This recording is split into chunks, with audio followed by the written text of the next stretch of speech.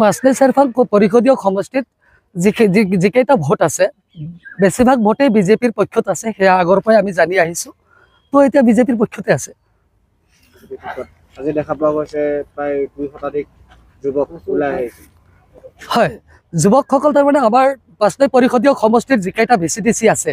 প্ৰত্যেক VCDCৰ পৰা 10-12 জনকে প্ৰায় 200 জন মান ল'ৰা আজি ওৰাং চাৰিআলি লক্ষী মন্দিৰ প্ৰাংগণত উপস্থিত হৈ যুৱ শক্তি জিন্দাবাদ নৰেন্দ্ৰ মোদী জিন্দাবাদ দিলীপ শইকীয়া জিন্দাবাদ ডক্টৰ হিমন্ত বিশ্ব শৰ্মা জিন্দাবাদ ধ্বনিৰে ওৰাং অঞ্চলটো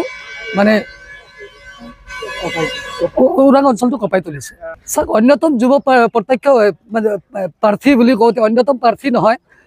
দলে যাকে টিকেট দিয়ে আমি তেওঁক সমৰ্থন কৰিমেই এয়া আমাৰ দায়িত্ব আৰু কৰ্তব্য কিন্তু যুৱকসকলে যিদৰে নতুন মুখৰ কাৰণে এটা ঢাপেলি মেলা দেখা পাইছোঁ তো সেয়া অত্যন্ত আশাজনক সেইকাৰণে আমিও চেষ্টা কৰি আছোঁ কিন্তু আমি দলৰ ওপৰত বিশ্বাস কৰোঁ দলৰ সিদ্ধান্ত হ'ল চূড়ান্ত সিদ্ধান্ত কি হয়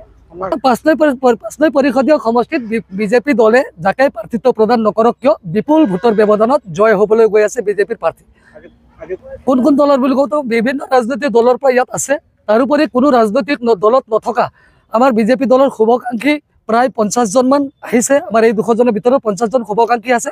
তেওঁলোকে ব্যাখ্যা কৰিছে যে যুৱ শক্তিক যদি প্ৰাধান্য দিয়ে তেন্তে আমি এইদৰে আগুৱাই আহি যুৱ শক্তিক মানে মাজবাট